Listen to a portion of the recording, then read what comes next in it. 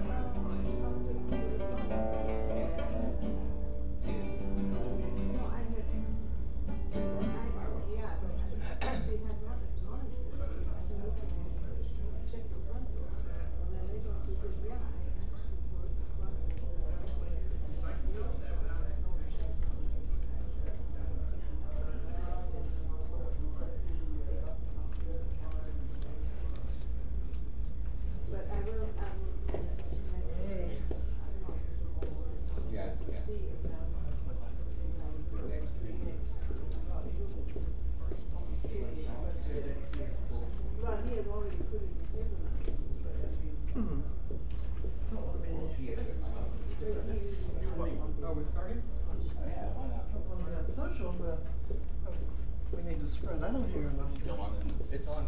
At this point, I know how to cut film, so I don't Very know. good. I try not to cut. No, this is for you. Okay. Joy's going to England. We're both Anglophiles, and since we love the Blessed Isles, so Joy, this is for you.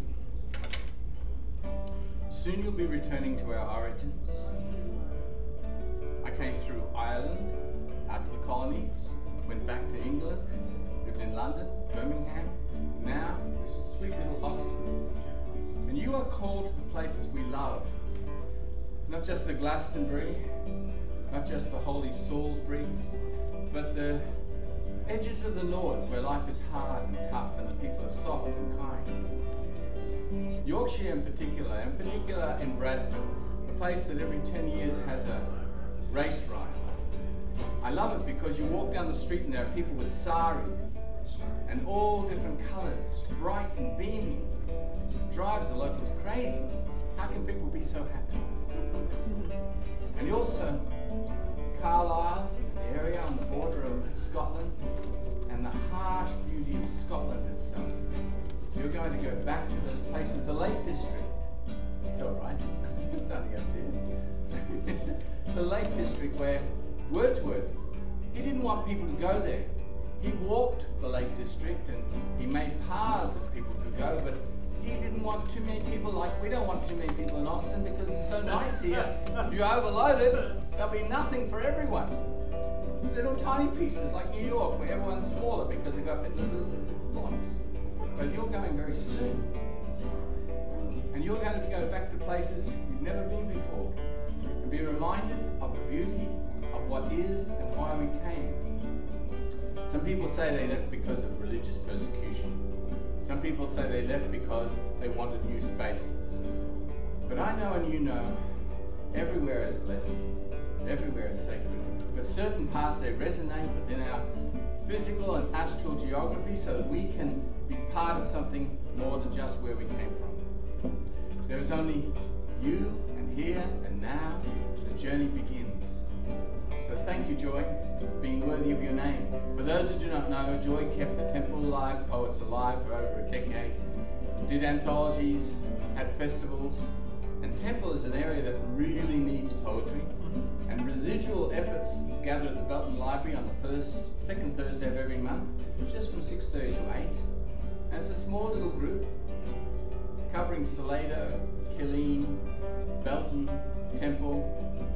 And they gather because they need to have this conversation that we all need to, which is why we gather, and why we're here, to hear each other. Tonight's theme is peace. Next month will be practical, positive panaceas, poetically speaking, popping of peas. And then in November, we've got wonderful Garrison Mart. We're going to have, anyone wants to memorize poetry. Does anyone remember memory? No. Okay, that's all right. That's right. People have poems lodged in their heart like diamonds. And then, of course, December is festive seasons, all the big ones, Deepawali, Eid, Solstice, Saturnalia, all the big ones. And then, of course, January is New Year, New Voices. February, of course, is Love Poems Only. Then we come to March and spring again. So I welcome you all. But most of all, I welcome our first astonishing, wonderful poet performer, Patricia Fiske. Shall I have a chair here for you? Yes, please. Absolutely.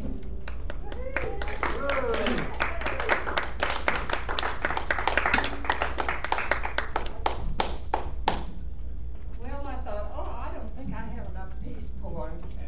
And now I'm going to have to weed them out. That's what you do. There's a lot of redundancy there, but get on the other side. Yes, ma'am. Thank you. Yes. Did it. We did it. Yes. Yes.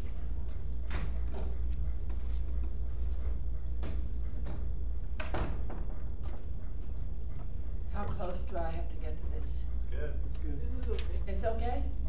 I'm loud enough? Oh, yeah. Okay, great. You'll be fine. If you know my car, you know that I have a bumper sticker that says Peace Mongers. And so, of course, I had to write a poem of that title. In fact, I looked and I had peacemonger, peacemongers, and peacemonger too. So I had to weed them down, and I'm going to read this one. So to start a war, all despots know. Fear is spewed on the populace, leaving it vulnerable to control. Resist fear, let your light glow. While the fearful rant and flail, we lovers of peace must trust. Stay calmly centered, knowing our numbers grow and wars fail. Let arguing and debating cease. Liars will be exposed by facts. Hate will never conquer love. Being peaceful creates peace. I have a problem with that poem today because when I wrote it, I really was more hopeful than I am today. We have had such wars. I'm going to Read them all. dear, the poem that I wanted to start with seems to be eluding me.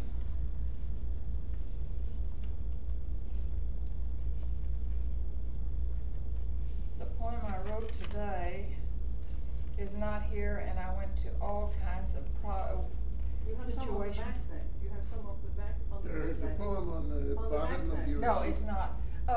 Joy, would you mind looking in that and see if there's one other poem in the blue thing?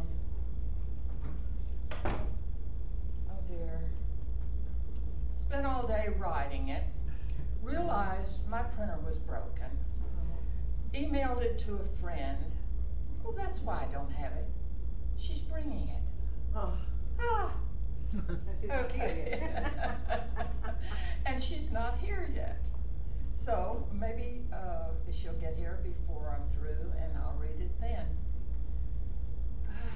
Memory, memory. These are a couple of poems I wrote years ago, years and years ago, at the sort of the beginning of Women's Lib. So you know it's a long time ago, probably before some of your time. This is called Sagers. Watch out, world, the balance is shifting. Women, as they age, are moving past rage. Soon sisters will unite, then watch them sage.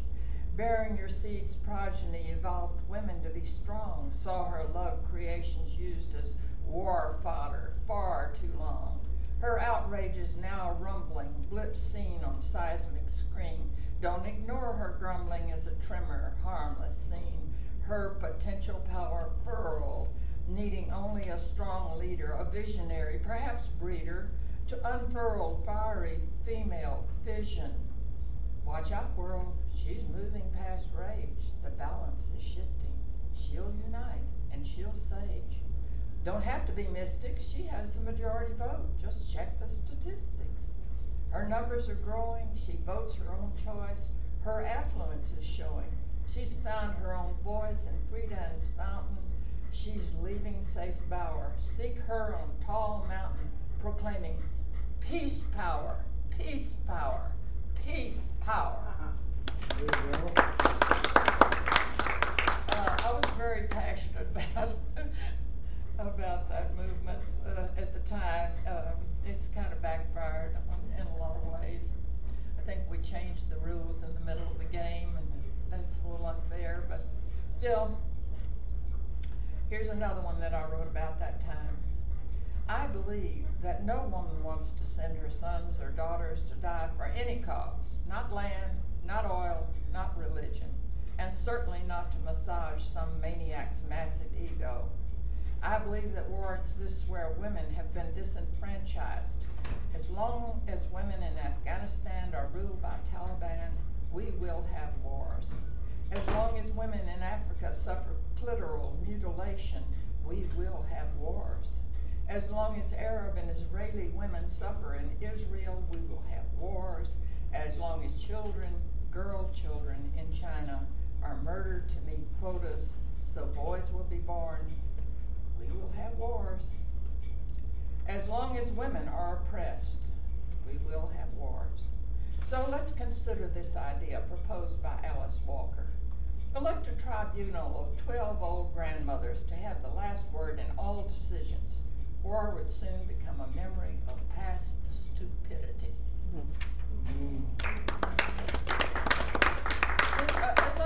Just save your applause. I found more poems than I thought I had, so I'll need the time.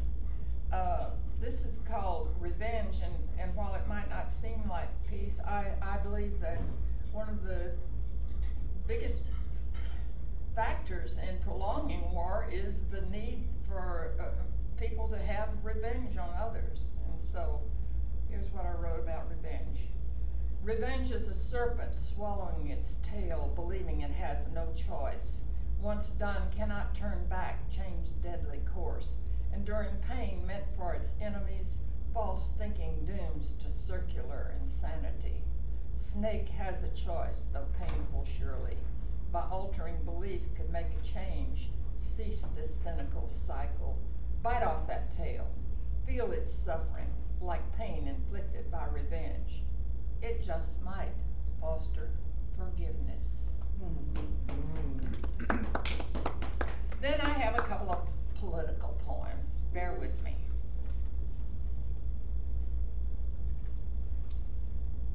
Regarding the flag. A flag is just a rag unless it stands for the truth. If mindless atrocities are performed in its name, how can we defame a symbol now harboring hate? When it's flown by those who approve of this war based on lies fed to a captive press, flown by those too lazy to think for themselves beyond mass media messages. A flag is just a rag when politicos defending harmful policies hide behind its colors, when warmongers fly it as a symbol that they have a monopoly upon patriotism, when gas guzzlers make vulgar displays of stars and stripes next to rifles, when it is used to gag protesters who disagree with the powers that be. A flag is just a rag when it's hated by the world, which sees it fronting a powerful, greedy bully, unmindful of other nations' rights, when it is flown over war-ravaged sites, dripping with oil and corporate interests, when victor ignores needs of the vanquished to pursue phantom weapon excuses for war. The world is watching, waiting. A flag is just a rag until it stands for something great. I can't wait until Old Glory is unfurled in a world where we honor others. For we are all sisters and brothers. That day will come again, and I can't wait for our country to wake up and once again stand for peace in the world when our flag is more than just a rag. Thank you. And I have one more. No, I have two more. More. Okay. Get Fiske with us. Well, I have these that I've rejected. Oh. If I, well, I'm not going to do them right now though. This is called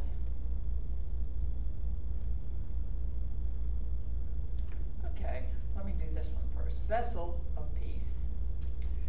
Though I saw it every day, I did not notice it filled with grime and grit, forgotten as it lay, water gathered after rains, mosquito bred. Seeing problems up ahead, I drained remains. Memory of the vessel vague, I began to clean. Elements of beauty seen, closer look did beg. Underneath was beauty rare, to my surprise, stripped of gritty disguise by loving care. We are born a vessel bright, a spirit there, a gift for all mankind to share, to quell all blight. Let's not foul with fear or hate this gift of grace, nor with vengeful war deface. It's not too late to scour our vessels to a shine, so all can see. We're no different, you and me. We're all divine. Forgiveness makes conflict cease, make us grow and glow as shining spirits show the path to peace. And the last one, I'd call it Search for Peace. And if I have a feeling that the poem I wrote today is not as good as some of these, so I won't bother to read it. This is called Search for Peace. All my life I have searched for peace, marched for peace, screamed for peace. I wanted peace, but was not peaceful. As the little man rattles big sabers again, I want to meet force with more force. Do the same, expect different results. It never worked before. This is insanity. It's time to approach peace, in peace. Practice peace in everything I attempt. Infect everyone with the peace virus by simply loving life, doing my best, writing peace poems, singing songs of peace, and praying prayers of peace. And then I'll hit them where it hurts. I will vote for peace. Thank you. Thank you. Okay, here. Come on. We can do it. Okay. Okay. That's it. Okay. Wonderful. Okay. Well, we can do it. We Yes. did do it. We did. Thank you, Doctor. Thank you so much. Never again war. That piece of art is from a German lithographer, an elderly lithographer who devoted her whole life to drawing, using lithography for peace. So using art for peace, which is what we're doing tonight. And these were right in the heart of Woodstock. There's this little business card is there, singer-songwriters, and they worked out that singer-songwriting is a good start, but they needed to expand their attempts to create a peaceful world. So they did cards like this for Edgar Allan Poe and for all the different poets and for Davy Crockett and all those other people. So I bought them very much because I just admired and respected the fact that they answered the question, what can we do to be peaceful and how can we pass it on? So the person I know who has been very, very active, the drumming for peace and peace poetry, is our next performer, Krista Pandy.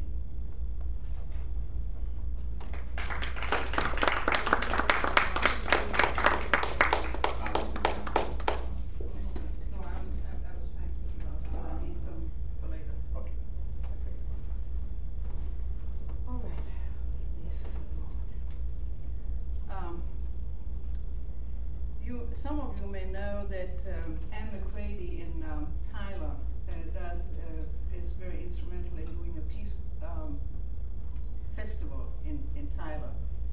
And each year she asks for contributions to a little anthology. So this year this is what I sent her and she put it in her anthology. It's called, the whole anthology is called Hunger for Peace, so I used that also as the title for the poem. Is peace achievable? 3 meals, the cure for all disease? A billionaire philanthropist unburdened by the wonder of greed, the water pumps, disease eradication his millions can achieve? Mere drops in the proverbial bucket, a poultice in a world of festering but never lasting peace. The rotten tissues, power hunger, human exploitation, much plundering of water, minerals, financing schools through property taxation, those must be cauterized. Compressors stanch initial wounds, but more than dressing can't be changed in transitory field conditions. Who will perform the risky operations, the ones that may kill both the surgeon and the patient? When will we learn to think beyond our 6-foot fence, our borders, where those others live, the ones whose plight goes back to our pleasure-hungry, wanting cheap consumption? The surgery our hearts will need is painful, but without the clean cut to our conscience, we can boldly wish for peace, yet never, ever live with it.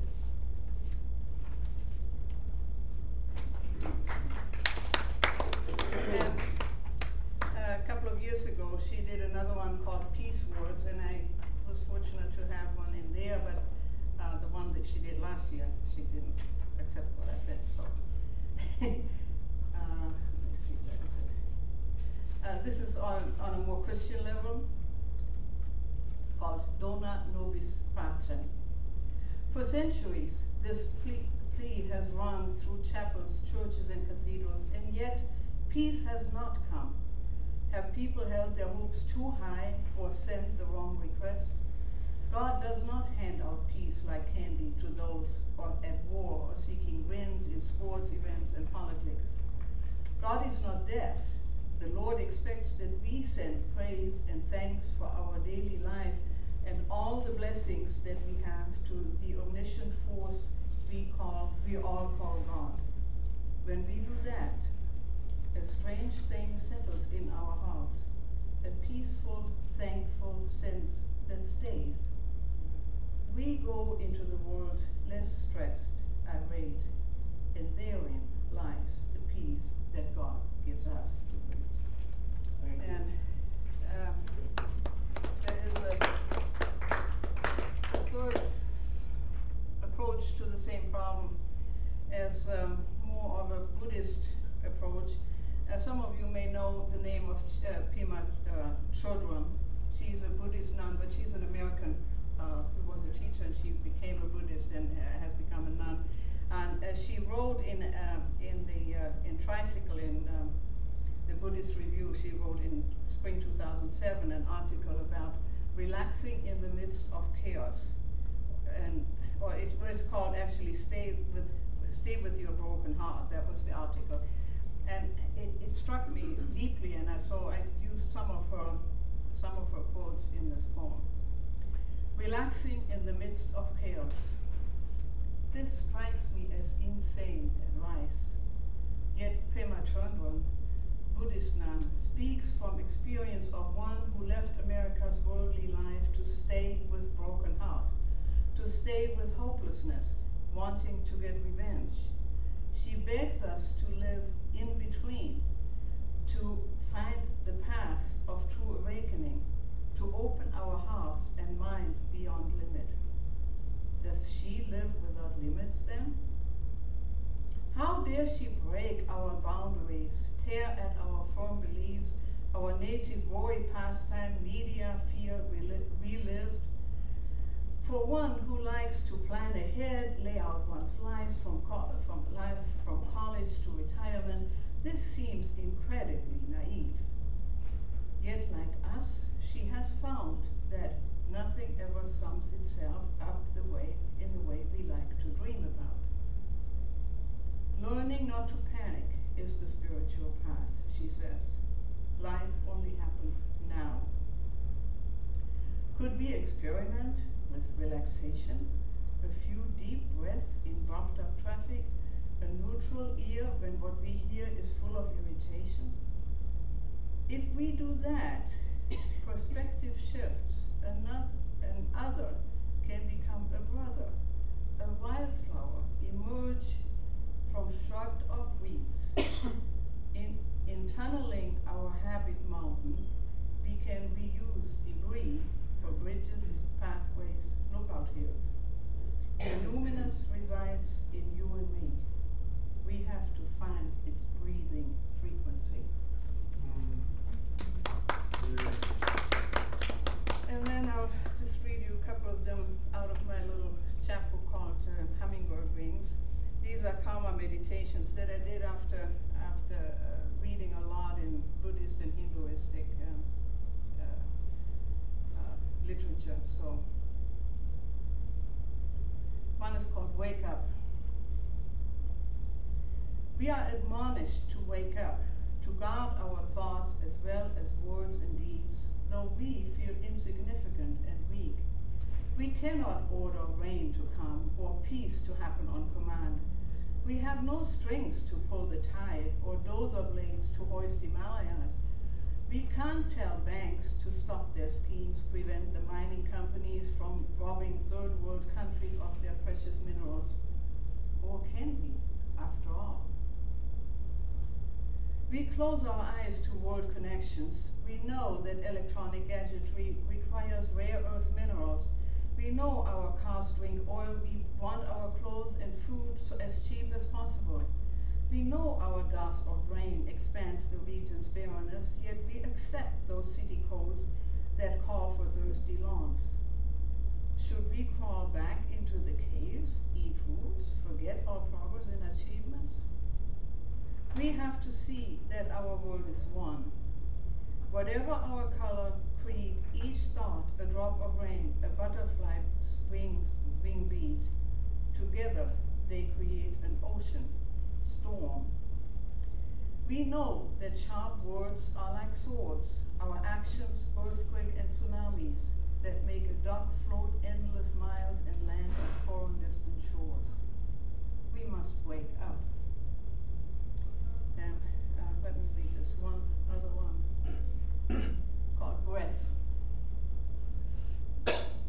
When we pollute and waste and throw away, make our lungs the dumps we thought we heaped on other people, we never think that all the air we breathe contains the exhalations of our enemies and friends.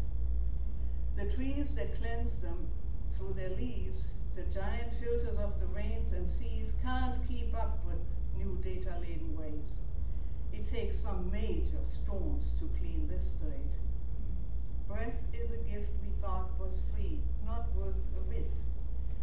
But only through creation's endless patience can we still breathe. Would that we meshed our lives with honesty and pride into the web that is the universe. It is our task, our karma.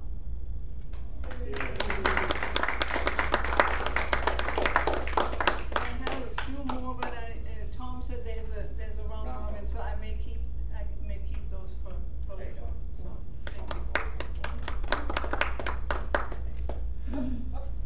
What's happening? What's happening? Peace is a work in progress. Here's a work in progress. Melody McClellan, healer, wonderful soul, extremely fine poet, channeler. Here she is.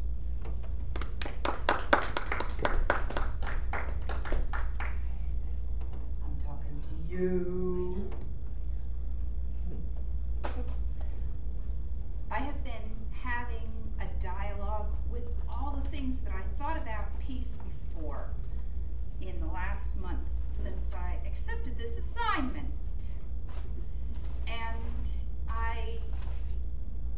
I set it down, and just like a yappy little dog, it started like biting at my heels and just right after me. So everything that I've done in the last month and a half has been driving me towards a conversation with myself, because my peace lives in myself. What is peace? Peace is when they're not hunting for me. And too bad if it's across the street, not peaceful, or if it's across the river, not peaceful, or if it's on the wrong side of the tracks, not peaceful, or on the other side of the ocean, not peaceful. If they're not pestering me, it's okay. Well, it's not okay. So I had a discussion with some heavy hitters in the field of human relations, personal discipline, governmental application to problems, and a children's book author that I found. His name is Halfdan Rasmussen, and he's not famous on this side of the water. I don't know why. He's a genius. He wrote incredibly wonderful children's books, but also won a prize from Amnesty International and was included in one of their major anthologies.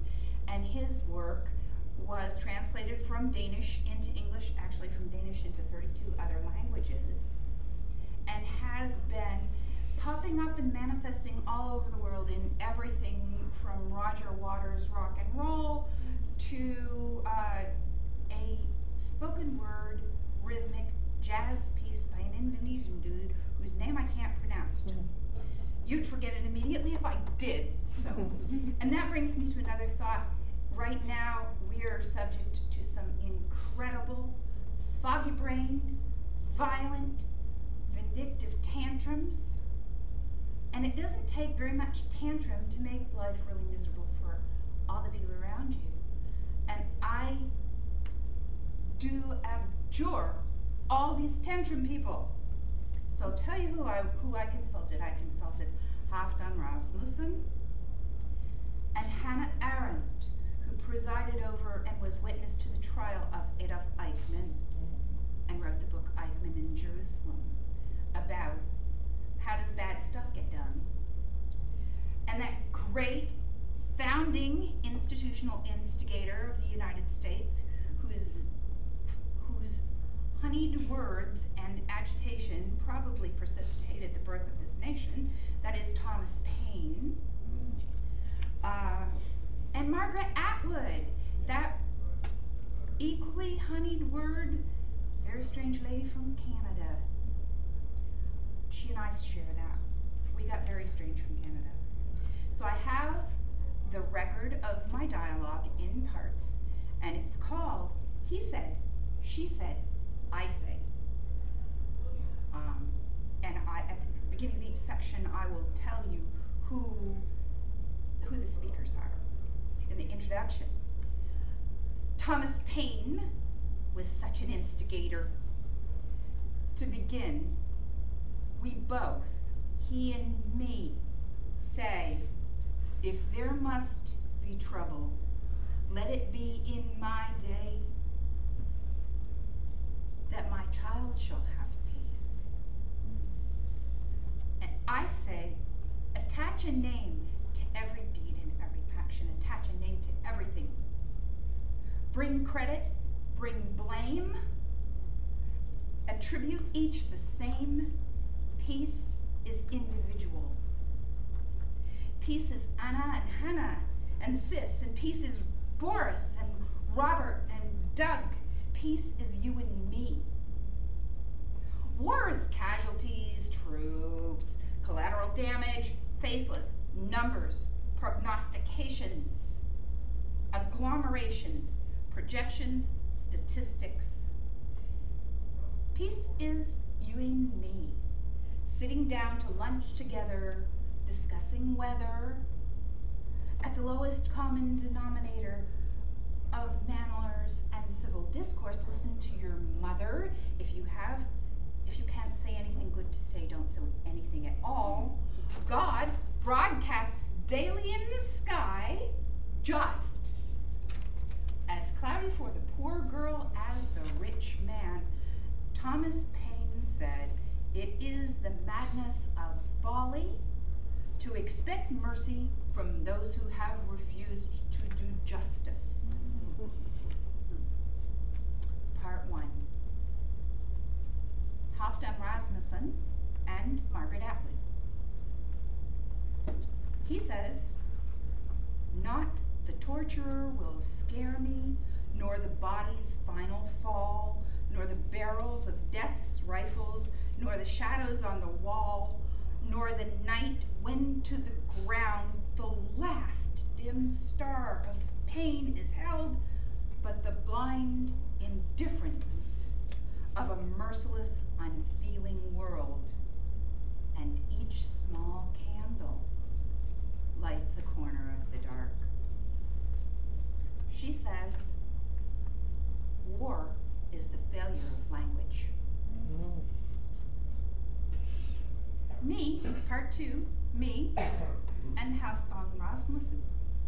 She says, black corners, crystalline blades of dark glint, pretending to be light, reflecting, deflecting. He says, each small candle lights a corner of the dark. Part 3, Halfdan Rasmussen and me.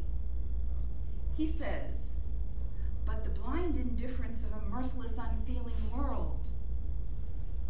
She says, we the people are not but those who steal our lives, feed on our energy, keep eyes fixed on screens, keep ears fixed on screams, and emotions filtered. Hannah and Doug, addicted puppets, commanded electronically, drugs, sniffed, whiffed, streamed, injected, swallowed, buffered. We can't focus on corporate slaves who through their merciless work, illuminate our void of justice. Part 4, Margaret Atwood, Hannah Arendt, and me.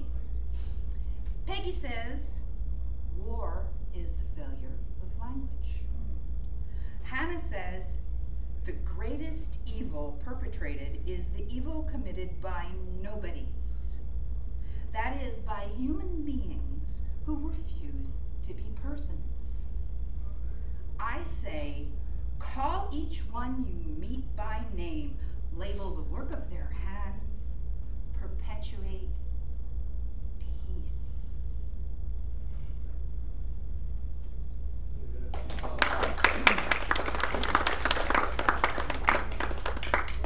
Melody has worked on that for a month, and if you think about that, leads into next month, which is practical, positive panaceas through poetry. In other words, not just complaining how the world is, but creating a possibility that we can actually all live together without unnecessary conflict.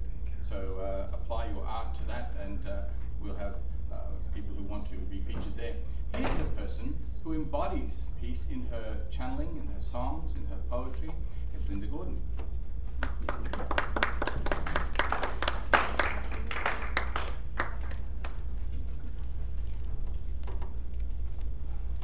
This is a poem that I wrote after 9/11 while President Bush was gearing up for war. Where were you, Superman? You really let us down. It was like in the movies, New York City skyline, evildoers, thousands in need of rescue. So why did you let us down? It was surrealistic, like a movie. The jet headed right for the tower, people watching in horror. You should have arrived at the last second, a blue streak sent from God, red cape flowing behind you, to grab the jet, divert it from its deadly course, carry it away to a gentle landing, free the frightened passengers and tie up the bad guys. I've seen you do this and more in your movies. I remember thinking, surely this is a movie. Oh God, this can't be real. Superman, we need you. But you didn't come. You let us down. It wasn't a movie. It was real. We watched in horror as thousands perished, the bodies floating down, people on fire, the screaming, the building crashing down on the rescuers, the ominous billowing black cloud, and then the anguished pain of thousands grieving, unspeakable, unbelievable. And it plays on still, as in a movie, with the evildoers over there, with the good guys, clearly us, like in a children's movie. That's easier somehow than wrestling with the reality that within every heart are impulses for both good and evil, that there are no good guys, no bad guys, just every person struggling with his own hurt and rage in his own private battle to see if prejudice and hate will prevail or if forgiveness and love will eventually emerge. Oh God, open our eyes, all of us in every land, that we may pray for healing, not for others, but for ourselves, and enter into that mighty struggle with all our hearts, that the wheels of revenge might finally stop rolling. The deadly wheels that have turned for centuries might finally be silenced as each of us looks within and struggles to learn to love.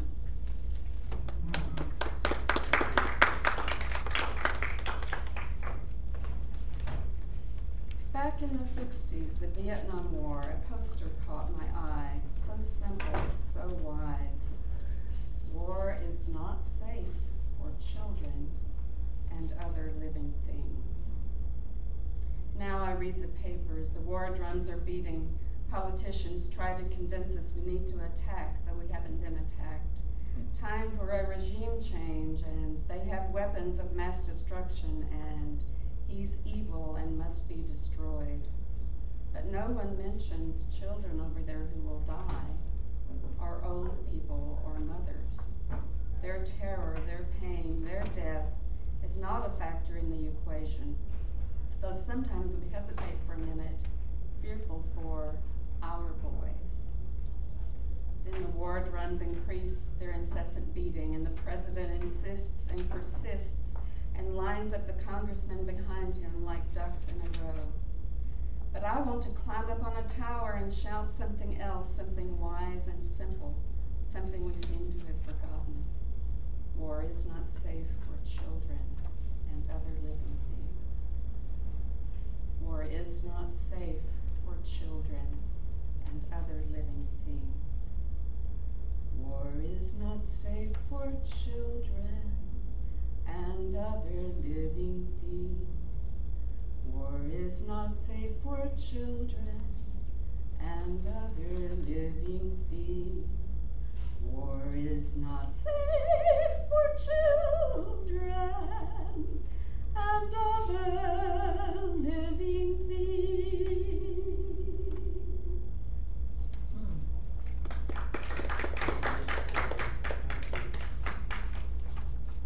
Sometimes the most important arena in which to try to find peace instead of war is the war raging within. And with me, it's been a number of years that I have been trying to find relief from the inner critic that says work harder, be better, do more, you're not as good as other people. And to the extent that I've been able to soften the voice of this inner critic, life has become much sweeter. And one of the tools that I use to help me with this is songs that I sing to myself as I drive or as I work in the kitchen or in the yard. This one is a love song that I sing to myself. I love you, how I love you, just the way you are. You don't have to try harder or do more, for I love you, how I love you, just the way you are. I love you just the way you are. You don't have to work harder or try to be good enough. I love you just the way you are. If you stumble, if you fall down, I will lift you up gently. I love you just the way you are. I will always love you. I'll stand by your side. I'll provide you with everything you need. If you stumble, if you fall down, I will lift you up gently. I love you just the way you are. I love you just the way you are, just the way you are. Yes.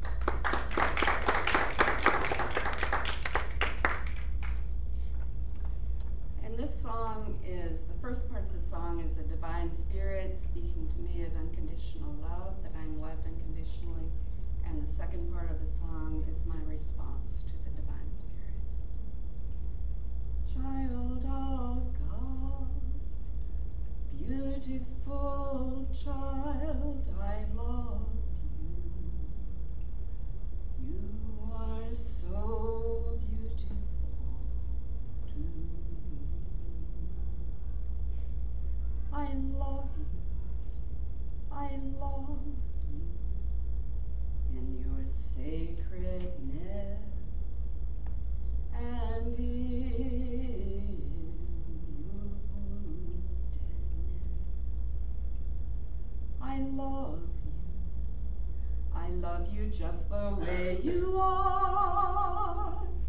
So now open to receive my love.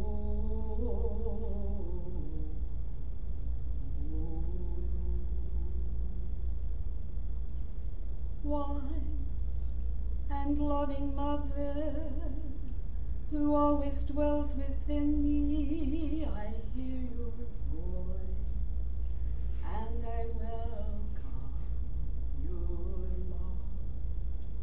You love me, you love me in my sacredness and in my woundedness. You love me just the way I am. Now I open to receive your love, and your blessings fall upon me like raindrops, and my cup overflows. You love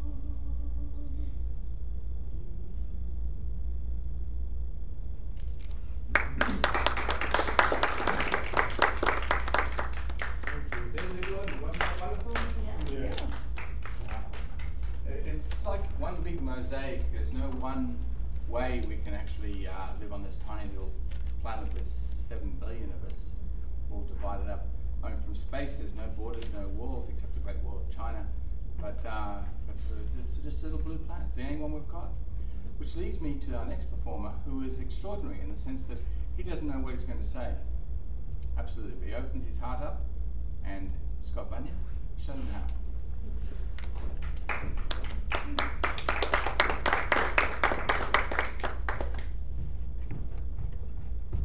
I could move that, but it's easier to move me. First, I will need to take a second to breathe properly, because I think that's a going thing. And he's right. The only way I've ever found to do my work properly is to totally empty my mind. Fully cognizant that a month ago I was aware I would be here now, but then forget that I had any preconceptions I ever had of what I thought I was going to say and ignore them and just say what's really going to happen. So we'll find out what happens. And it may be only one thing I do, depending on how long it takes to get there.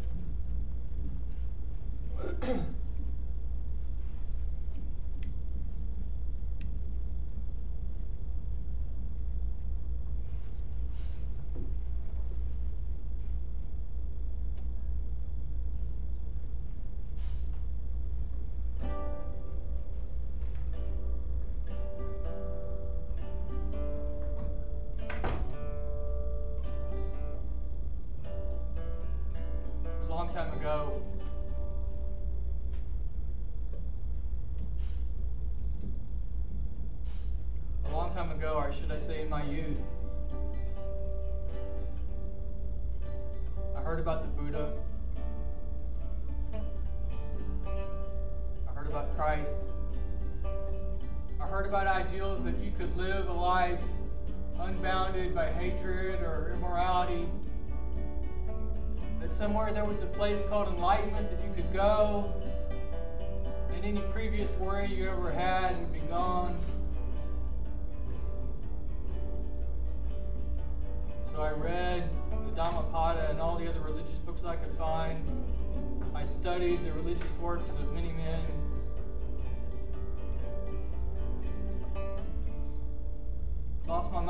times where I realized as I was standing in a room in the dark with my brother, my mom behind me, and the blinds before me,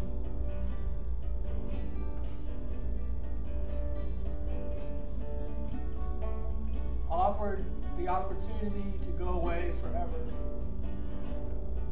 and quit being anything. So my mom and my brother brought my late grandfather's bathrobe to me. And they put it around me. And I knew that I would rather be in the arms of people I love than any sort of God or enlightened creature.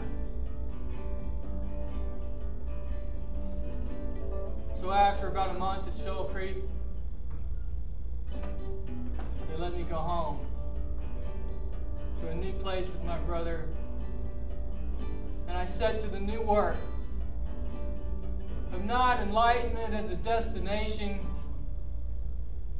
but enlightenment as a process. So these recent years, when I think of peace, it starts with the hands of those around me,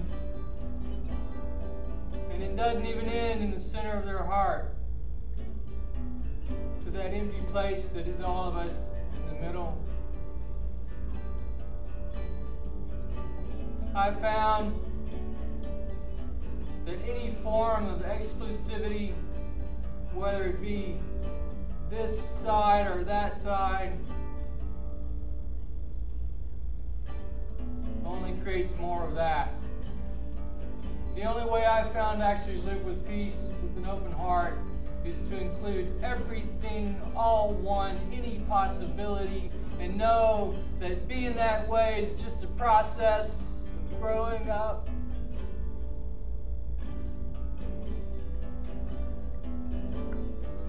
There's no pearl inside this man. It's just one on a lattice that everybody exists in.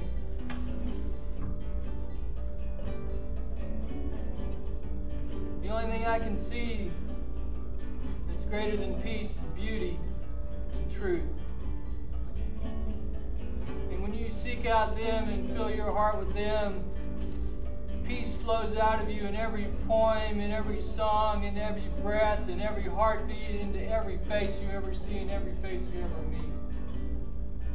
I am peaceful not because I have peace inside me, but because I love everybody I see with my own heart, completely and fully and honestly.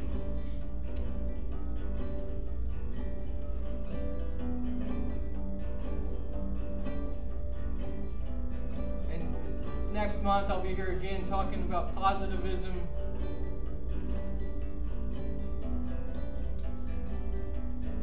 It's a practice. It's just a practice. You practice peace. You don't arrive at it. You just practice. Over and over and over again. And it's my little pet peeve because someday I want to get called to the pros. And then teach some other minor league ball player how to practice peace too. Thanks.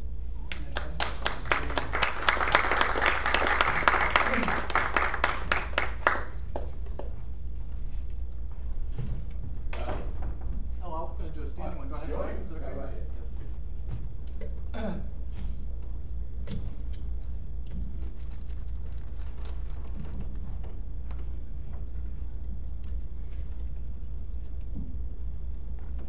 I was told I'm not supposed to do that at a microphone, so if anybody's watching, I'm sorry I did it to the microphone. There's two modes I work in. One is with an instrument, and one without an instrument. And they're very, very completely different. But the goal has always been to take everybody who's around me, filter their thoughts, their feelings, their emotions through my flesh, let it turn inside, and then come out as something. So we'll see, given on that, what happens.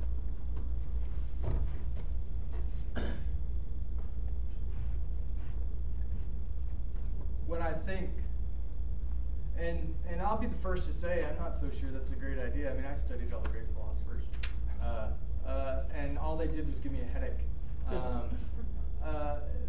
After studying some of the more spiritual ones, it appears to me the more sensible thing to do is just trust your heart and your feeling and your intuition and grab into that space that's right there, because you see it all the time. The space between us, this thing that's right in the middle of us. But you can't focus too long on it. That's the issue. There is a reality that evil, not evil. There is a reality that destructive forces exist in the universe and things are destroyed.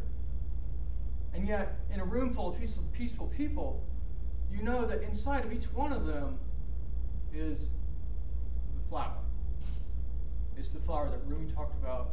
It's the flower that anybody who's ever fallen in love really gave to their lover, because they weren't really giving them roses. They were giving them that piece of their self that is connected to all things, loves all things, and is more than just my hand. So, I've said this before, I just want to give roses away to everybody. All I want to do is have everything I say, because I go into a space sometimes where I hear all the words, I hear the sounds. I lose myself in the fact that every sound is us. Every fan blade, every rock falling, every petal gently wafting to the ground and getting carried away on the breeze is us. And I'm not saying the human us. I'm not saying the part that, that has hangnails or wears shoes. But I'm saying the other us, the us that exists omniversalisly into everything.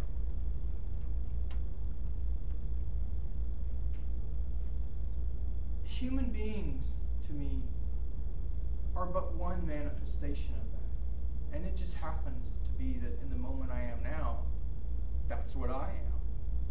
There are often times I'm a rock, and I love rocks. And I go around looking at all the other rocks I see and say, you're the most gorgeous, beautiful rock I've ever seen. Or being cherished, it's like, God, it's nice to rub elbow up against you. So, given that we're humans, this happens to be what we are now, because I know each one of us will later be a coffee maker and a bowl of cereal and stuck in traffic. It's joy. And I'm so thankful that y'all have lent me your ears, because in the moment y'all do,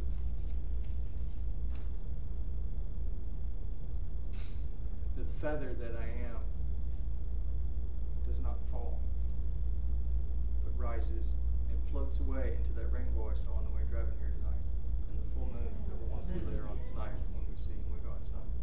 Thank you very much.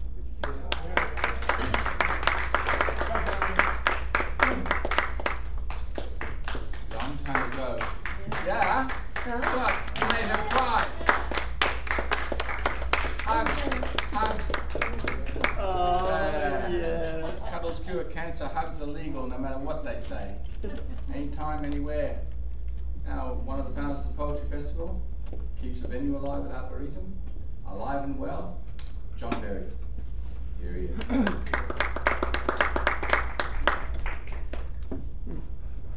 Can't get there from here.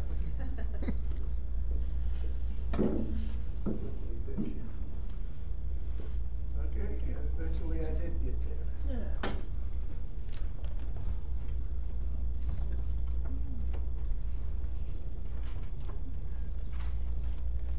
The preface poem for my last book so far, Blue Lady and Sybil, is dedicated to the woman that wrote the introduction for it. It's on the opposite page. The title is Goddess of Peace, because that's what her name means. Do not be intimidated, Irene, by my using the old names and the old tales. You have your own tales and your own names, and they are as old as mine. And when you dig deep enough into yourself, your words come bubbling up in me.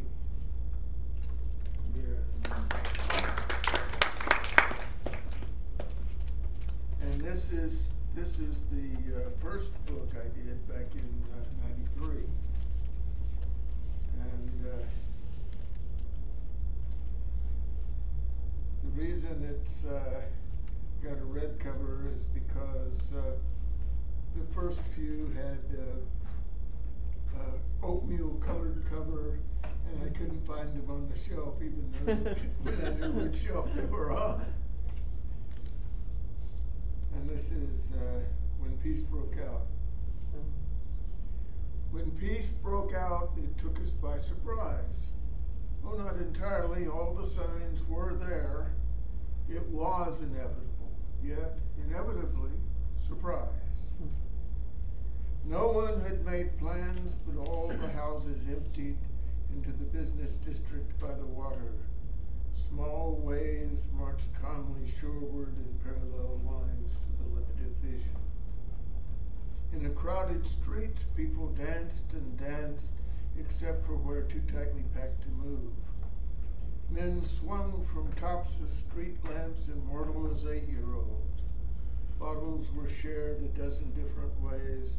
Strangers were kissed 100 different times. I remember clearer than breakfast, there were no flags. Not theirs to trample, ours to wave.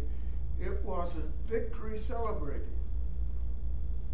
Where would we go if peace broke out again?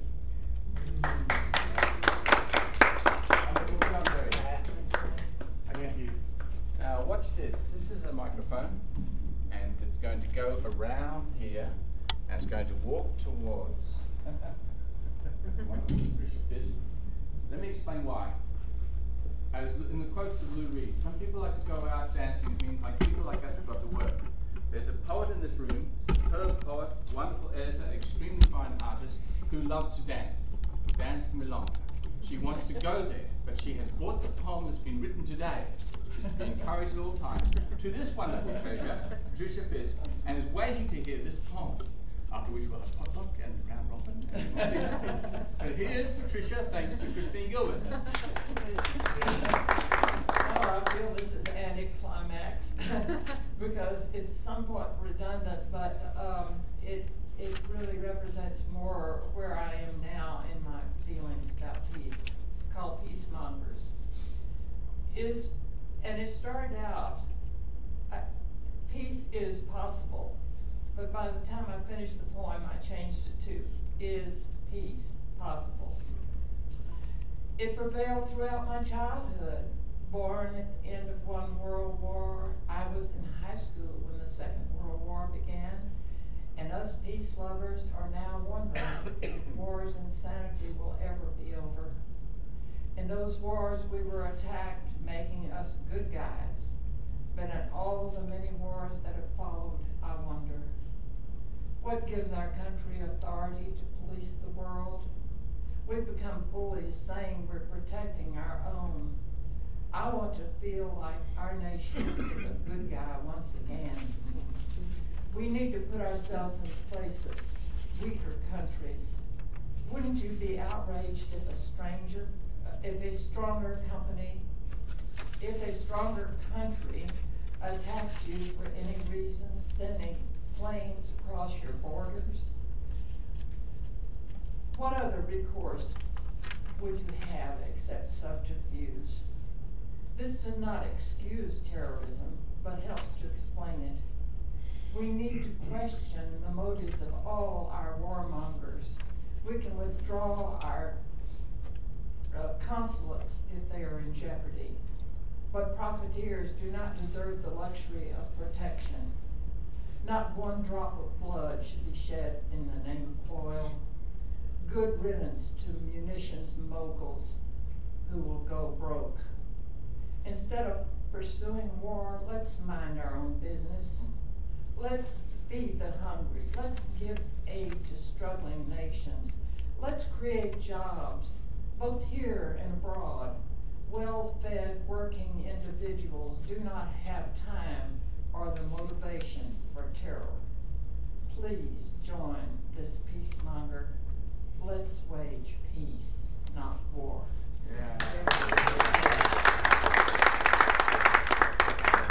You are Thank all you, carriers of Christine. this towards the kitchen for the potluck. We come back and listen to each other, and then peace will break out again, according to John Berry. And everyone.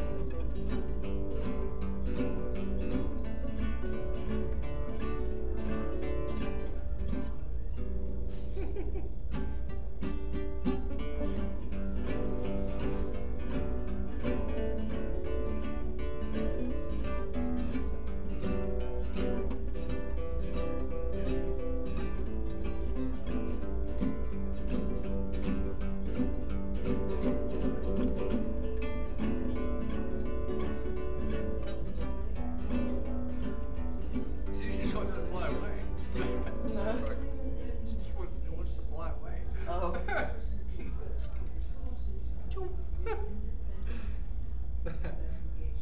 So two of us tag on.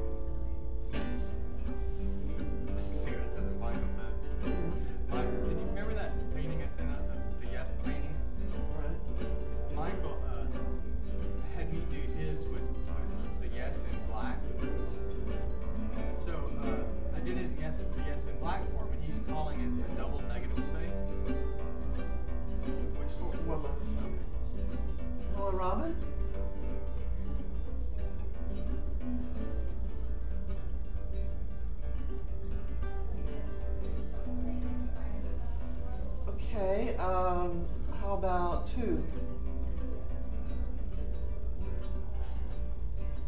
That's okay, we'll see. Bye. I felt my pocket vibrating. Who could be vibrating me at this time?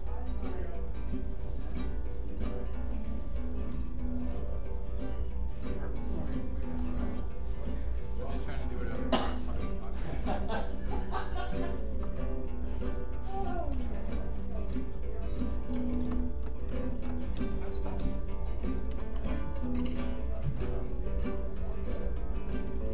There is nothing else I would rather be than right here, right now, with you and me.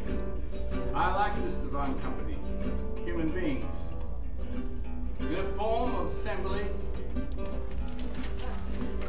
we don't have to agree. Call that poetry. But here's one from Joy. She left before she could read, so I'm reading to all 3 of us. Joy's off to England. She's packing tonight, and that's why she left early. So when is she going? She's going tomorrow. Oh, what? So I gave her English maid tonight because you can spend it over there. You can't spend it in Texas. Huh? How terrible is that? What is it? Money. You've heard of that stuff? Oh, She's going to England. Is she from England? No. We both love England because of its eccentricities, Monty Python and things like that, Glastonbury festivals. This is from Joy. This is the poem. Come on in. You're welcome. Iraq from Joy. She's wandering on the lonely streets of Austin, ticking off boxes, completing errands, must-dos, have-to-dos. Her orderly life would crumble around her ears like a box of ill-fitting Legos. She stops in at the Chinese restaurant because it's cheap and fast and food is good, even though they've stopped having buffets on weekends. Luckily, it's a weekday. She piles her plate full of vegetarian options and sits down to eat. There are TVs all around the restaurant. She's not sure why, but they've always been. Today, she nibbles at her tofu mix and fried rice scenes loop. Mesmerized, she watches as the news ticker explains that people bringing aid to the region are overrun with exiting refugees. Refugees who most certainly die if they stay. Refugees with nothing except the clothes on their backs. A woman tosses her baby inside her helicopter like a rag doll.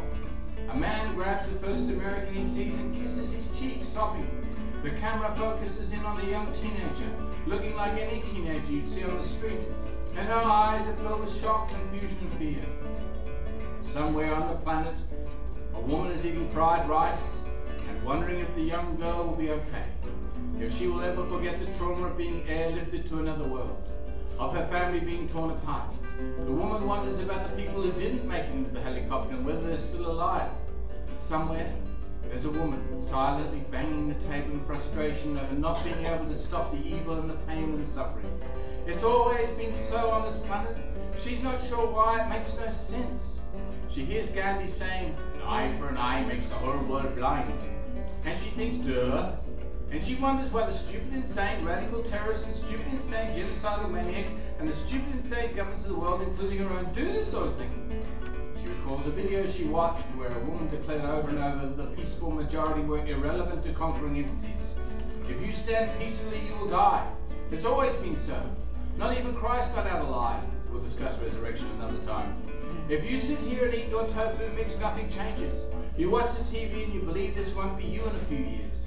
And even as you form the thought, you know it's a lie.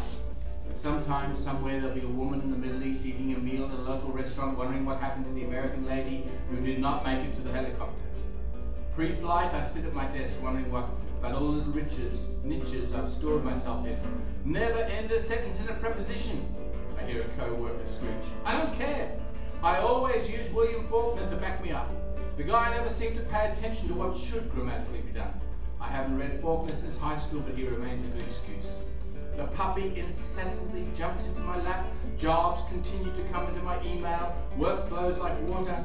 I sip my glass of tea and wonder what my English friends would have to say about the iced tea with crumpets I had this morning. Spanky has cancer, my friend tells me. I remember the little black and white kitten I gave the friend ages ago. The birds echo in the recesses of my brain to everything. Turn, turn, turn.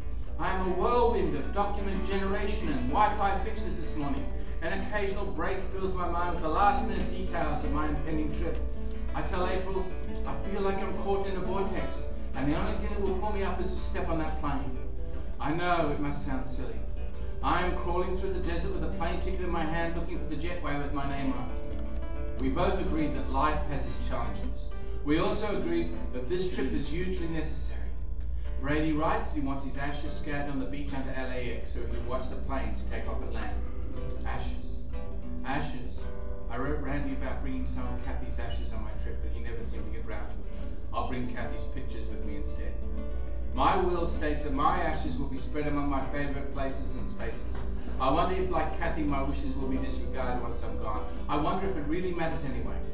Brady is teaching me through his emailed messages, teaching me about life and love and grief and the feeling of poetry flowing through your veins to the point you just have to write or explode. April says she doesn't want me to explode because it will really make a mess of things. My grandfather used to hate to fly, but he would drive over to Knoxville Airport to watch the planes take off and land. He was an English professor. I think Brady would have liked him. That's by Joy Owen, and she's off to England tomorrow. Thank you. The round robin, one poem, one song. Have fun.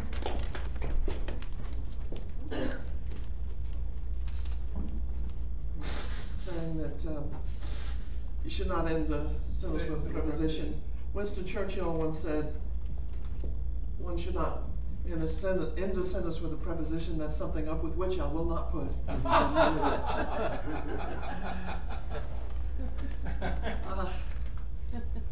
Well, peace is a child's fantasy. Peace is also a child's necessity. And around the turn of the 20th century, there were an amazing number of child's fantasies that we all know that have come down to us to this day. They have been presented in novel form and plays and movies and musicals.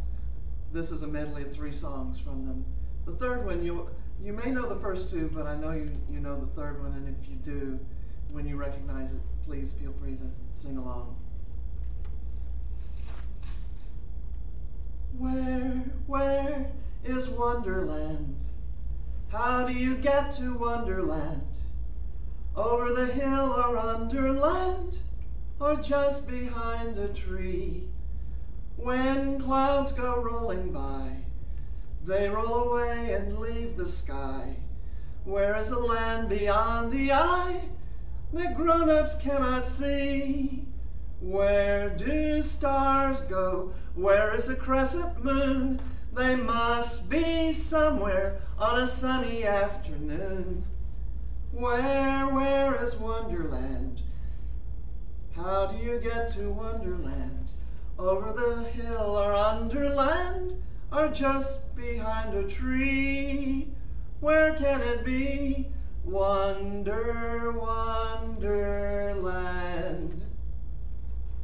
I know a place where dreams are born and time is never planned. It's not on any chart, you must find it with your heart. Never, never land.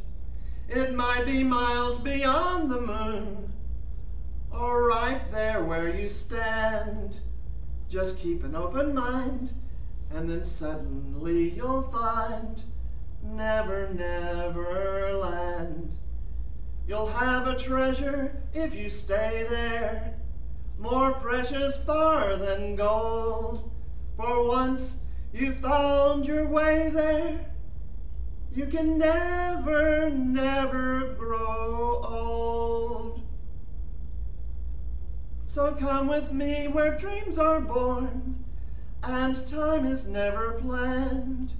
Just think of lovely things and your heart will fly on wings forever to never, never land. Yes. Thank you, thank you. Yes. When all the world is a hopeless jumble and the raindrops tumble all around, heaven opens a magic lane. When all the clouds darken up the skyway, there's a rainbow highway to be found, leading from your window pane to a place behind the sun, just a step beyond the rain.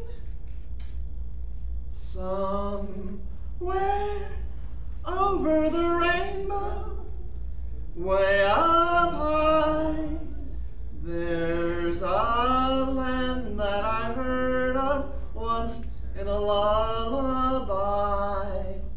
Somewhere over the rainbow, skies are blue, and the dreams that you dare to dream really do come true. Someday I'll wish upon a star and wake up where the clouds are far behind me, where troubles melt like lemon drops away above the chimney tops. That's where you'll find me, somewhere over the rainbow. Bluebirds fly, birds fly over the rainbow. Why then, oh why can't I? If happy little bluebirds fly. I was going too high there before. Beyond the rainbow. Why, oh, why can't I? Thank you. I need to find a key somewhere in between here.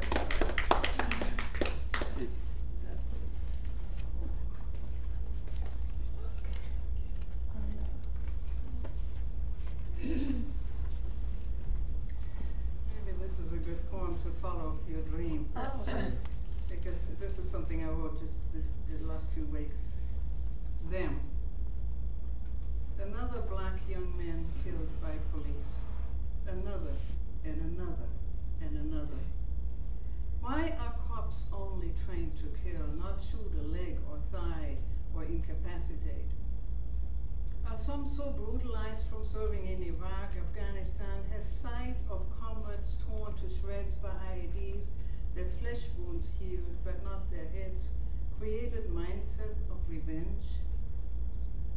Or is disgust at black men's rise so deep in some, a hidden loathing for a president who had to swallow pride of half his family as white as shooting cops and label himself black? His own skin, universal brown, harks back to one-drop theory, though never in reverse. How many pints of black's blood are of whites who fathered them with slaves? Is nothing else but skin superior? Too many brown and black folks taught us greatness, moral compass, and humility. When will we meld them into us? And maybe I can read you one more, even though it's round robin one, but first it's very long. No, go ahead. This I wrote 2 years ago when we were facing an election and we are facing one again, so maybe it's again appropriate. We have to bridge the gap. The river streams of vitriol, mistrust in this election's leaning facts we were subjected to have passed. The superstorm taught those unfortunate enough to claim their stake within its path, and those of us who sit at home have all our walls, our water, electricity, that we are one. Any of us could be the victim of calamities, tornadoes, fires, floods, and need the help of neighbors, strangers, friends. What politicians seem reluctant to accomplish, we can do. The aisles that we must reach across to hold our neighbors' hands may just be alleyways and grocery aisles, church pews, and office halls. We cannot live divided as the moneyed class has advertised ad nauseam for months. We know we are not who they think we are. They poured their millions into snake oil. The country's intellect and soul are not for sale. Yes.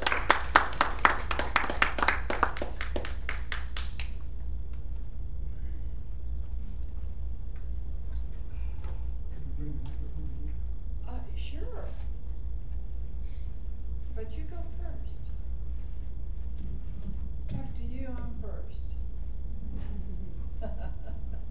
That's very nice of you. Thank you. But I want to hear you first.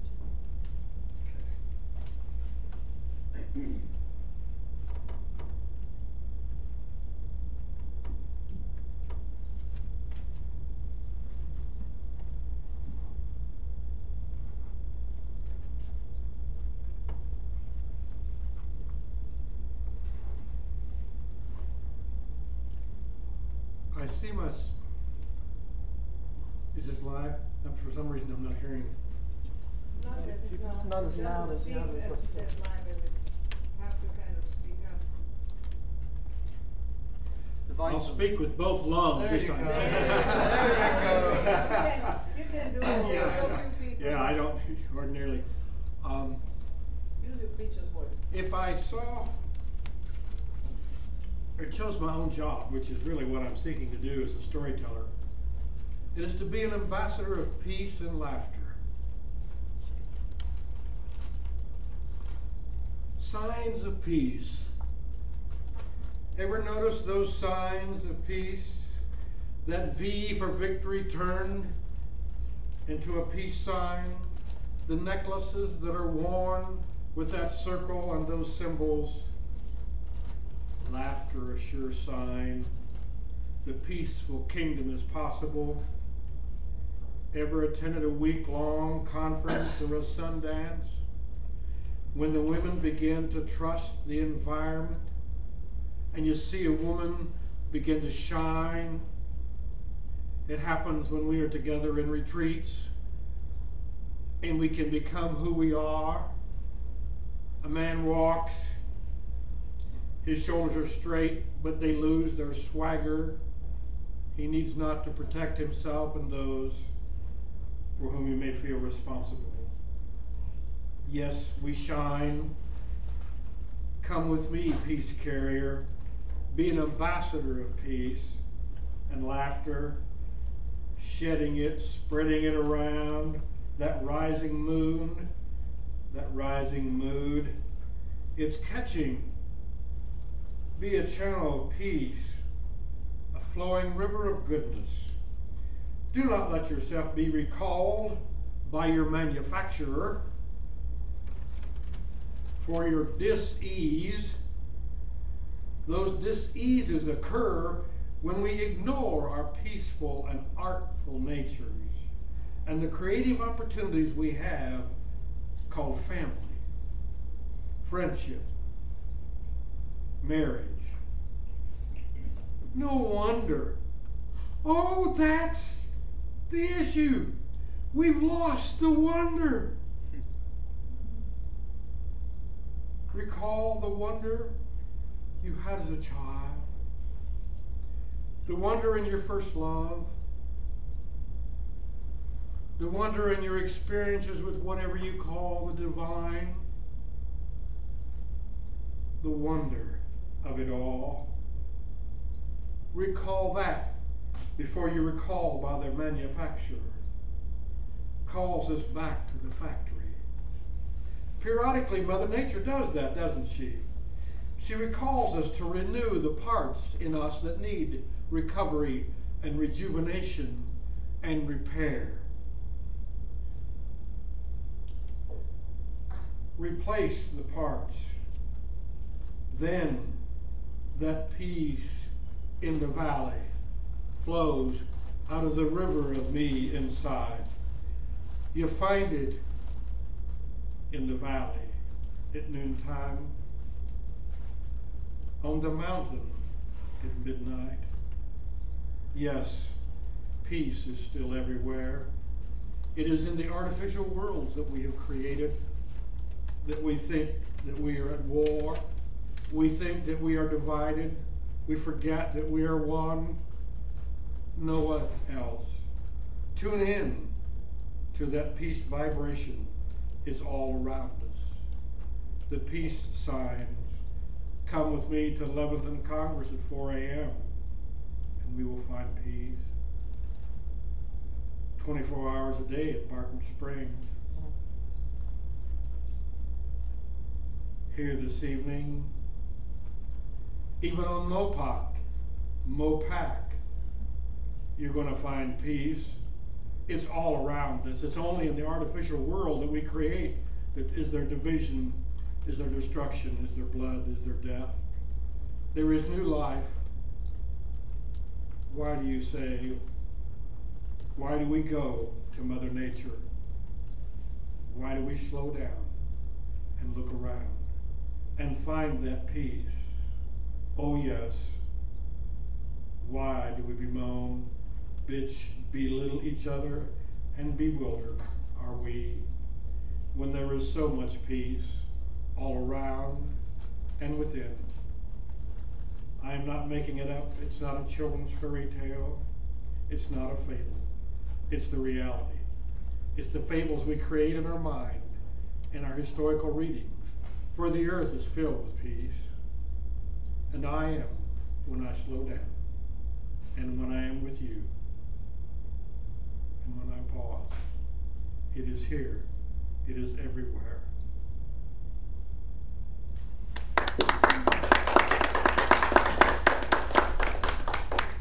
I'm so glad I waited.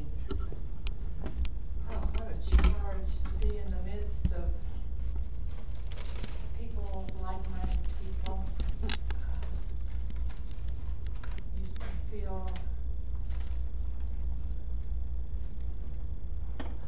so not alone. Oh, it's wonderful. A friend of mine had some property out near it's some kind of temple,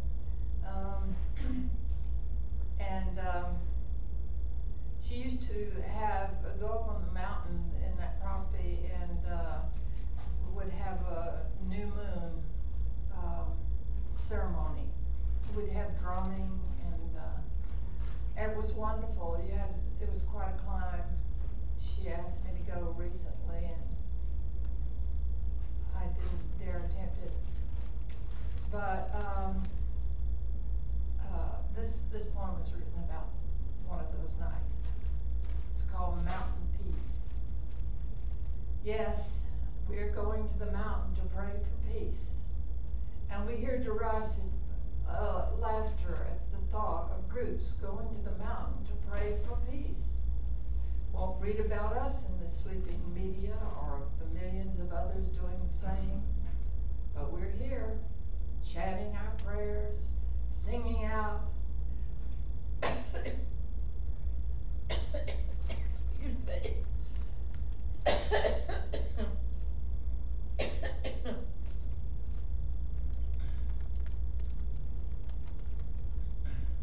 Knowing we will be heard where it counts.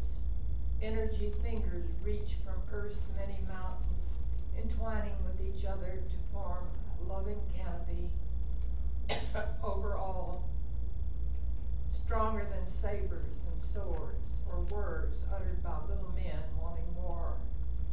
We join our hands and hearts atop this sacred place to pray to our great Creator for peace on this planet.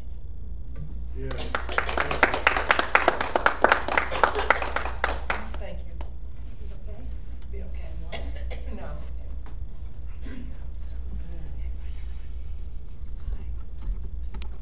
I'll go. I'll go one. Oh, it's this one? I can't tell if that's going. I thought John was going. I think he left.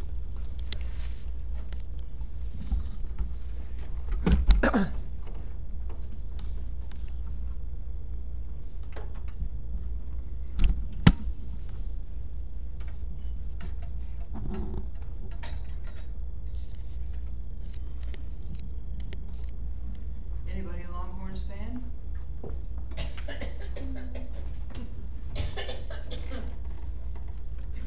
Oh, anybody else?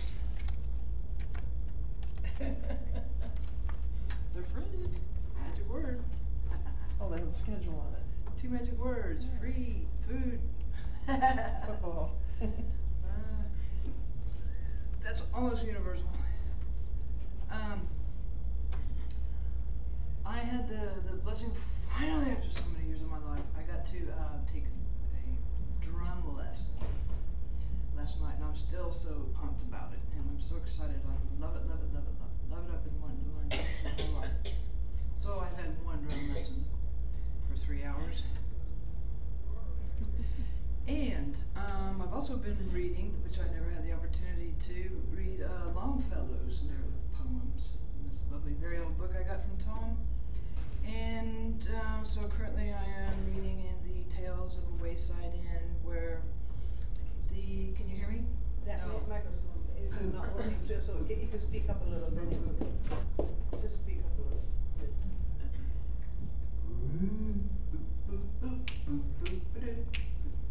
Still not working? I don't know. No, we can hear you. We can hear Just you. speak up a little bit, then it's okay. Right, well then I'll get it out of my face. Yeah, green one's working. This one's working. Oh, yeah, okay. Remind me to bring it back. Thank you, ma'am. No, you don't need to. Oh, okay.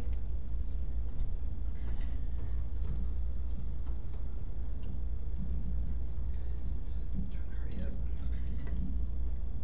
Well, give your ears a break from listening to people, I bet you. That's pretty good. These are pretty good. Can you hear me now? Yeah, speak next to it. Okie dokie. And so Tales of the Wayside Inn, and here I've chosen not to read the whole darn thing because they are long story poets and I've been loving them, but the meter has been going with the, blending well with the beats that I have participated with last night. And so I like what it says about the theologian, because it's not typical. It's about one with the earnestness in the heart, and the one about the poet, and then the musician, which is kind of long, but I don't know, I like what it says in both parts. But I would like to, I know that I get tired of sitting on my butt. I love listening to everyone all night, but I get tired of sitting on my butt. Would you all get up and play with me? Because I brought some things, and I would like to especially ask musicians, any musicians musicians here to come up, please? Any and all musicians? How many of you What are we are? doing? Something out of the box? And Oh, you mean like with my instrument? Oh, sure. and all the rest of us are instruments and musicians in some way or another. And I would like to share. I brought a couple little fun thingies because I'm a big kid at heart, and I'll give a beat pretty soon to start. So I figure it out when I get done getting ready to play.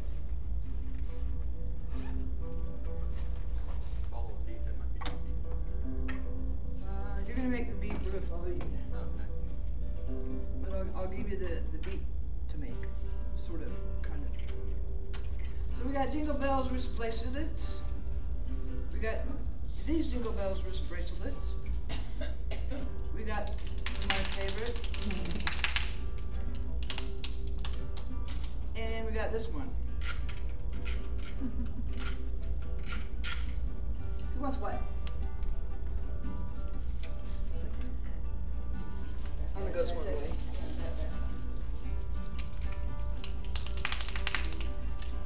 Let me give one to others. Y'all just shake them, they're Jingle Bells.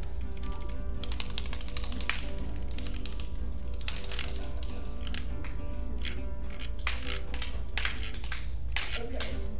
Now, if you don't have the thing I got you, you got the thing God gave you, or whoever the great creator spirit. Okay, now let me figure out my beat here. I'm gonna read, and y'all, you gotta get up and you gotta move. Okay, let's get up and move because your butt's tired, unless you can. But then you can dance in your chair. Okay. Everybody here has gray hair, and that's no excuse. Get up off your gray hair on your butt, or it'll keep getting grayer faster. All right, now I'm gonna figure out my beat.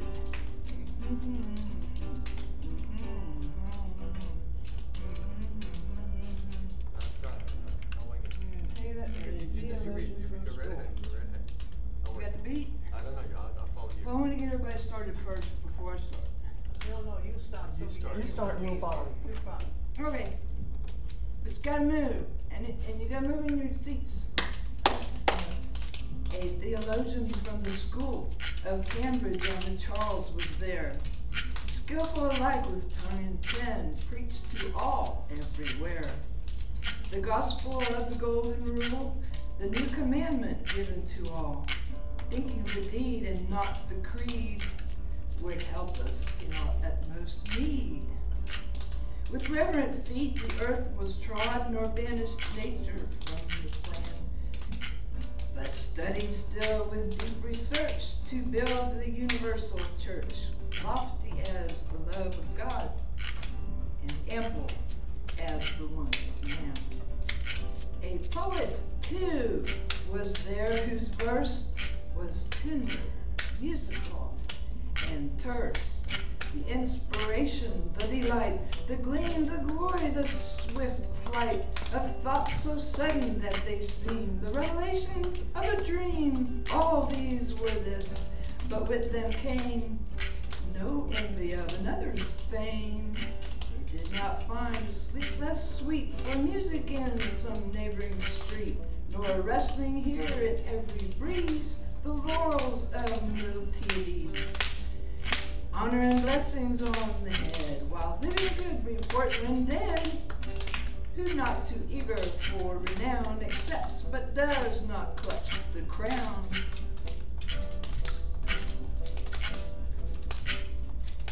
Last the musician, as they stood, women by the fire's wood, fair hair blue-eyed, aspect blithe, figure tall and straight and lithe, and every feature of the face revealing this Norwegian race. A radiance streaming from within, around the eyes and forehead beams. The angel with the violin, painted by Raphael, it seemed, lived in that ideal world, whose language is not speech but song.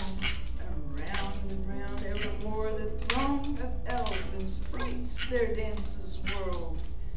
The storm carls sang, curl back. Its headlong waters from the height and mingled in the wild delight. The stream of seabirds in their flight, the rumor of the forest trees, the plunge of the implacable seas, the tumult of the wind, the night voices of elf, like trumpets blowing old ballads and wild melodies, through mist and darkness pouring forth like Elibagars, river flowing out of the glaciers of the north. The instrument on which was played had written the unrivaled name, Antonius Stradivarius. Thank you.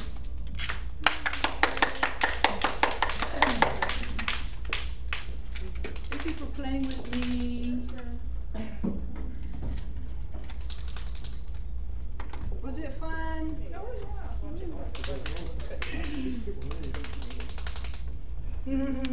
That's a fun thing. Yeah, it is. It's a good way to clap. Yeah. Save the skin. Thank you.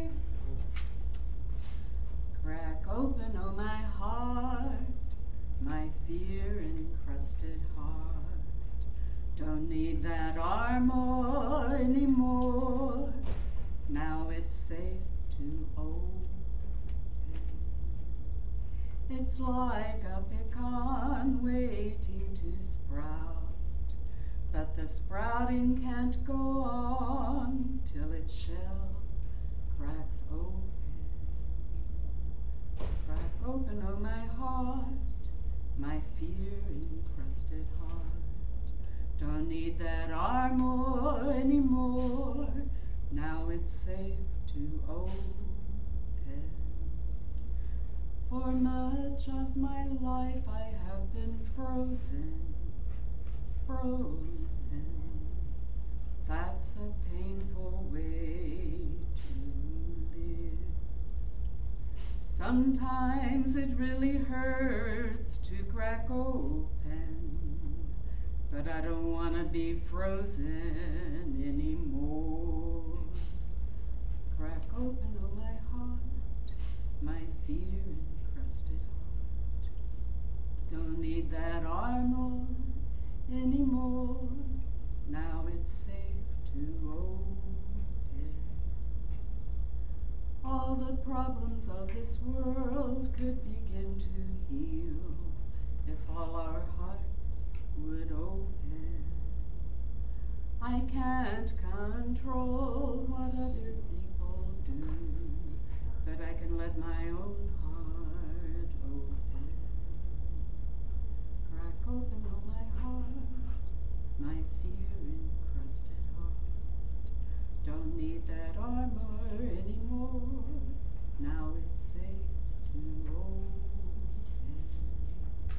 Crack open, oh my heart.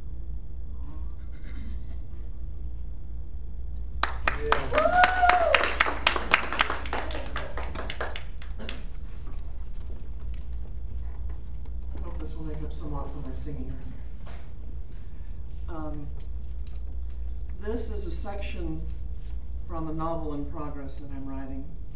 It's loosely based on my family, but I go off on tangents and fantasies. But this section is called Adelsverein. Hilda Messerschmidt, baby at her breast, served her hard-working spouse a dipper of cool spring water. He took a sip and handed it back. She hung its crook on the rim of the rain barrel, in which she then bathed a strip of unused cotton dress hem. Pressing it against the infant's forehead, she smiled at his relief from the heat of a hill country summer's day. Husband Otto spread mortar on the final limestone block in what was to be the southernmost windowsill of their house in the new American state of Texas. He set the block in place, tapped it flush with its fellows using the handle of the trowel, scraped off the excess mortar with the trowel's blade, and wiped his brow with the back of his trowel hand. This was the hard, thorny, sweltering brown republic he had arrived in 2 years back through the auspices of the Adelsverein. Otto Messerschmidt missed the green and fertile lands of his native Solms-Braunfels, but he had left that German principality for the port of Galveston in 1844 to find a richer life and cheap land in the New World. He often had thoughts of returning to the old country as he first tried to eke out an existence in the East Texas village of Indianola. But when he moved west to the new colony of New Braunfels and met Hilda Braun, he knew he was almost home. Had he met her back home in Europe, perhaps he would have stayed there, perhaps not. The promises of the Adelsverein, that ambitious immigration society headed by Prince Karl of Solms-Braunfels, were very enticing.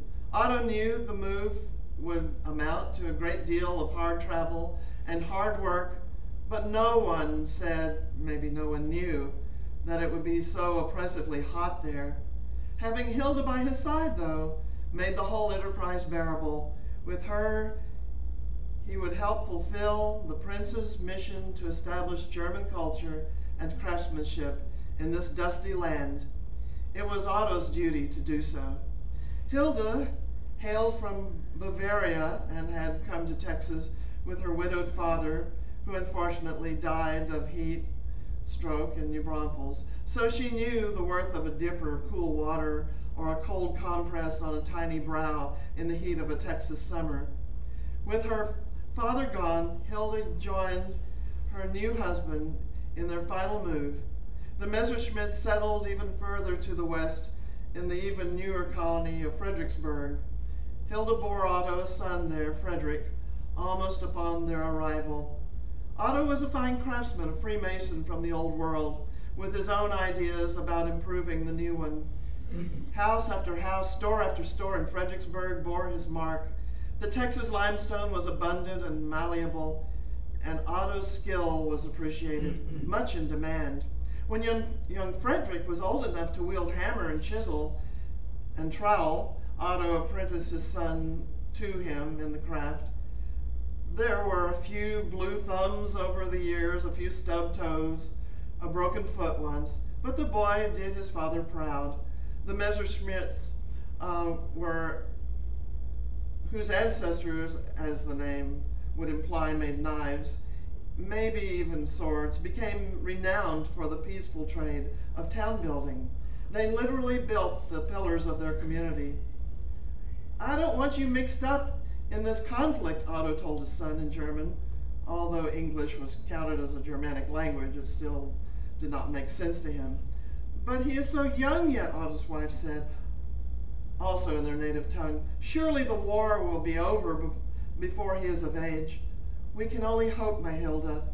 It is a monstrous thing, war. No one in his right mind would go to war. Well, perhaps the Prussians. But father, Frederick spoke up, in perfect Deutsch as well. Many of the older boys in the school say the government is wrong and we should rise up against it. Rise up, why? Otto wanted to know. Do you know the freedoms we have in this land? Why should we rise up? That is just what they are saying, Father, Frederick said. Liebchen, your father has seen war, Hilda said, and he does not wish it for you. All of these young firebrands, Otto said, what do they know? Do they want to protect this institution of slavery? It is wrong. They would tear this young country apart for the sake of slaveholders, for self-declared aristocrats who would force other men to do their bidding without benefit of either pay or independent will?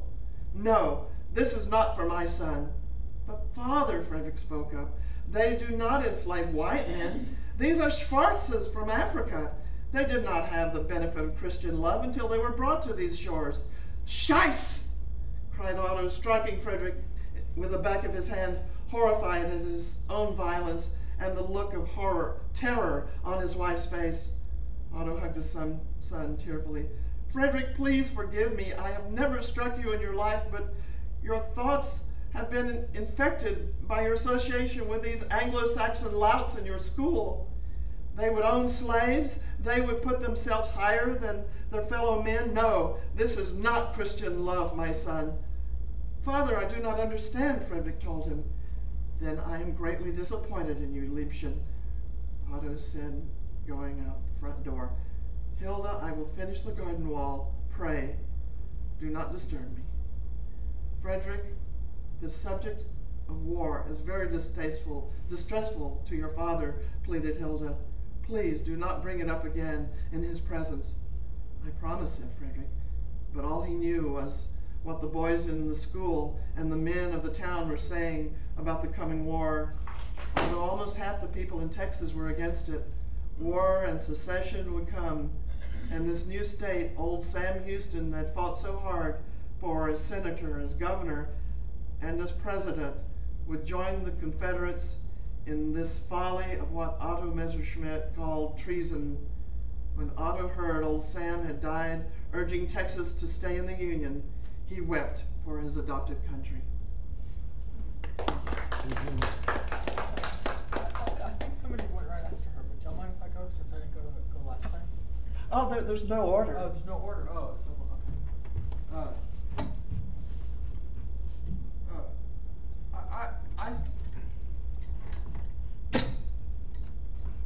I studied anthropology in school, and I think there are many people who have proven that how you talk to yourself, that your words create your reality, which is why we're poets. We create our realities daily, constantly. And it was about a year or two ago,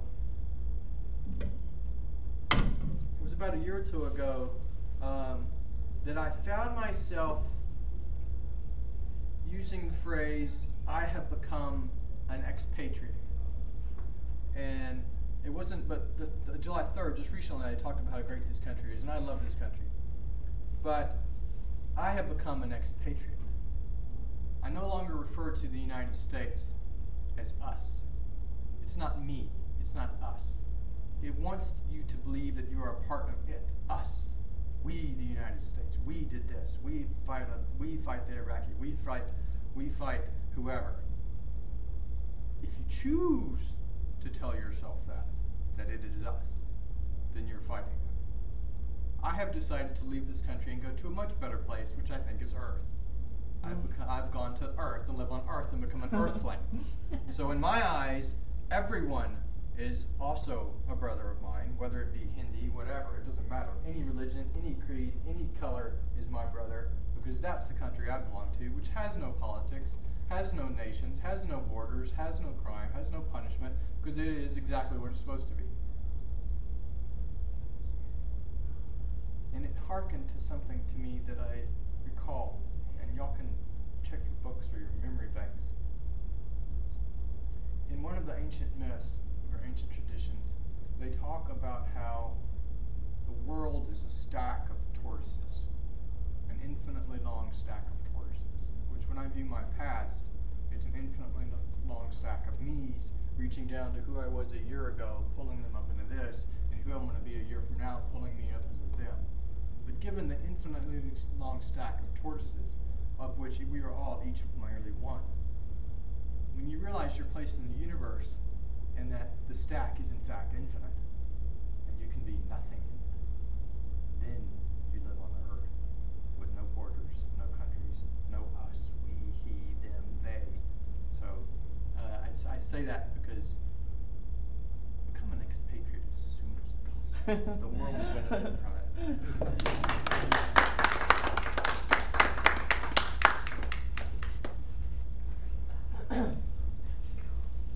You want to do another one, Pat? No, I need to go. Okay. On that note, except for the word expatriate, he just described what Baha'is believe. Right. Interesting. I just want to invite everyone to remember to honor our ancestors who fought and paid dearly with their lives and their suffering and their battles and generations for our right to vote. So regardless of how we feel about our political system, it has been dearly paid for, our right to just go vote. And so please register, educate yourself, and vote. The Baha'is believe, and the law for, what is it, something education for everyone. Well, that's the point, is so we can all learn how to find information, disseminate it, and make our choices of who to elect, regardless of whether the system works that way or not. Our ancestors paid dearly for our right to vote. It's not that hard. That's true. I know that the time-consuming part is finding that non-voter's guide, or whatever, and that's what I use. I use the voter's guide and try to commercials and PBS and educate and vote. Thank you.